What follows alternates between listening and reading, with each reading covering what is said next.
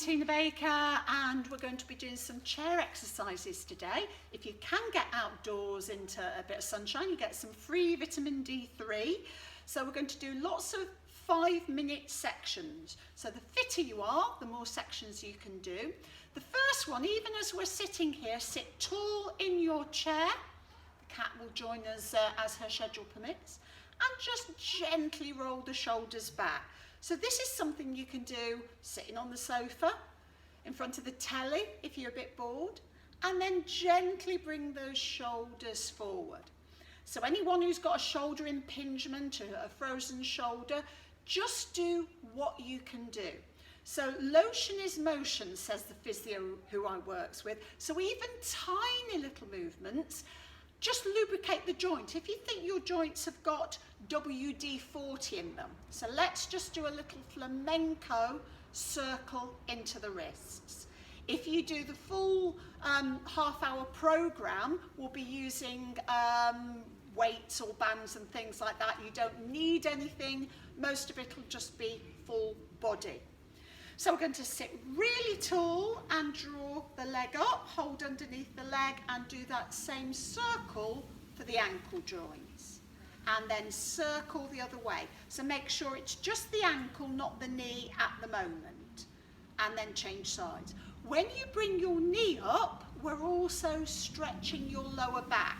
So anybody who's got sciatica or anything like that, just bring the knee up gently and nice small circles. So anytime you're walking, all of our body weight on the ankles.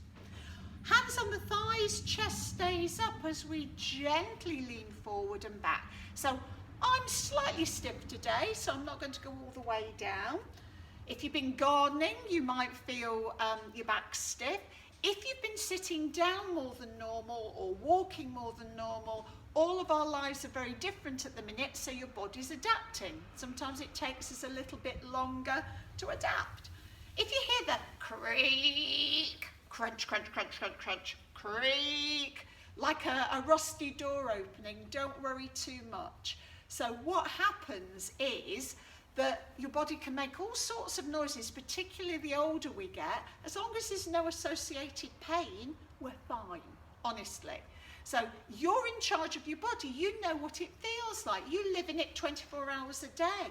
Even the doctors only see you, and sometimes now they're only seeing you through the phone or the computer, for a little time. So you need to be giving people information about how something feels, particularly when you're watching a video and the teacher like me is not there to show you what to do and give you alternatives. Let's let the hands and the arms hang a little bit heavy by your sides and give them just a little bit of a shake. If you remember Ted Heath, the politician, or the laughing policeman, it just sort of loosens them up a little bit. And also your neighbours then think you're insane. Rest your hands on the thighs and we're just very gently going to explore our rotation into the neck muscles. Now, nearly all of us are tight around the neck and shoulders. If you knit, or you're on the computer a lot, or you're on the phone a lot, or you drive, or you just worry like me, tension makes them go like that. So consciously try and bring the shoulders down. You might want to try doing some of these moves in front of the mirror and just check yourself out, because if I'm not thinking consciously shoulders down, they start to help me by going up like that, and it's not really helping me. It causes a lot of tension around here.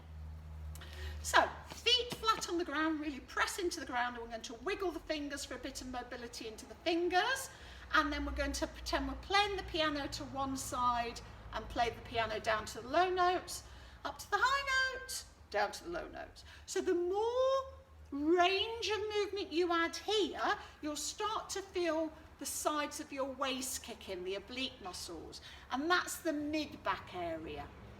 We're working a little bit into balance. One bum cheek might slightly raise from the chair, so if you're a bit stronger, you can make those moves a little bit bigger. Lovely. And then we're going to breathe in, bring the arms up as high as you can, and slowly down, as if your garden or your room is full of treacle. A nice deep breath in, so when the arms come above the heart, we're working the cardiovascular system very gently, but deep breath in. So if you want to work more with a sort of a yoga style of breathing, you might want to explore breathing in through the nose as your arms go up. I'm not going to do it because I'm going to be still chatting to you. And breathing out through the mouth as your arms come down. If one shoulder can only get halfway up, do what you can with that, yeah? Doesn't matter if it's completely even, just keep moving. If there's any sudden sharp pains anywhere, just stop that move and join in with the next one. And then we're going to find your hip bones, dig the fingers in gently into your tummy and raise one knee and then the other knee. So now we're starting to work into the transverse abdominis muscle. That's the big deep core muscle that loops around your abdominals, low slung belt area around your lower back. So just working into them nice and gently. Excellent. Then relax the hands down. You might need to hold the side of your chair if you're not particularly strong. And very gently we're going to stretch one leg in front of us, pushing the heel to me, the toe to the sky. Working the knee joint, but we're also working into this big muscle here, the quadricep. So we're just going through various joints, various range of movements. There's no right or wrong here. Even if you're just dancing around your living room to the radio, little movements will raise your mood, they will get your brain oxygenated, your body will feel better. So that's our first 5 minutes. If you're joining us for the second 5 minutes, you can do it sitting or standing, and we're going to work a little bit of balance. See you in a minute.